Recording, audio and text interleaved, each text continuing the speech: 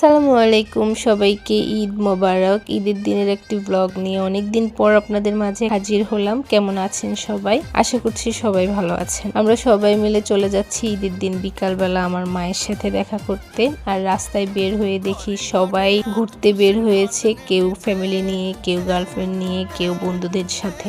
এগুলো দেখতে দেখতে ফাইনালি আমরা আমাদের বাড়িতে চলে আসলাম। আমার হাজবেন্ড আর আমার ভাই এসেছে হুন্ডাই করে, আর আমার হাজবেন্ড এসে তার শাশুড়িকে সালাম দিচ্ছে, আর আমার মা দেখলাম সবার হাতে ঈদ সালামি দিচ্ছে। আসলে এই আনন্দটা ঈদের দিনে পাওয়া যায়, কাউকে টাকা দিলে অনেক বেশি খুশি হওয়া। আর এখানে আমার ভাবি দিচ্ছে আমার হাজবেন্ডকে সালামি, যেহেতু আমার ভাবি, আমার ভাই আমার বড়, তো সেই সূত্রে আমার হাজবেন্ডেরও বড় ভাবি। তা আমার হাজবেন্ডও দেখলাম আবার সাফওয়ানকে ঈদ সালামি দিচ্ছে, একজনকে ঈদ সালামি দিচ্ছে। মাঝখান দিয়ে আমি বড় হয়ে যাওয়ার কারণে আমাকে কেউ ঈদ সালামি দিল না, শুধু মামানি ছাড়া। আলো দেখলাম তার ছোট ভাইকে ঈদ সালামি দিল। আমার মেয়েও এখন ঈদ সালামি দেওয়া শিখে গেছে। তো আমার হাজবেন্ডকে আমার ভাবি বলতেছে যে ডাইনিং টেবিলে যাওয়ার জন্য, কিন্তু সে তার শ্বশুরের খাট থেকে উঠবে না, সে এখানেই নাস্তা করবে। আর এদিক দিয়ে তারা ভাই বোন দুজনে বসে দুষ্টামি করতেছে। আর সাফওয়ান তো আলোর সাথে খুব সুন্দর করে মিশে গেছে। নাস্তা খাওয়ার পরে আমরা সবাই মিলে একটু ছাদে এসেছি, আর ছাদে এসে আমার ভাইয়ের বউ অনেকগুলো গাছ লাগিয়েছে। আর সবচেয়ে সুন্দর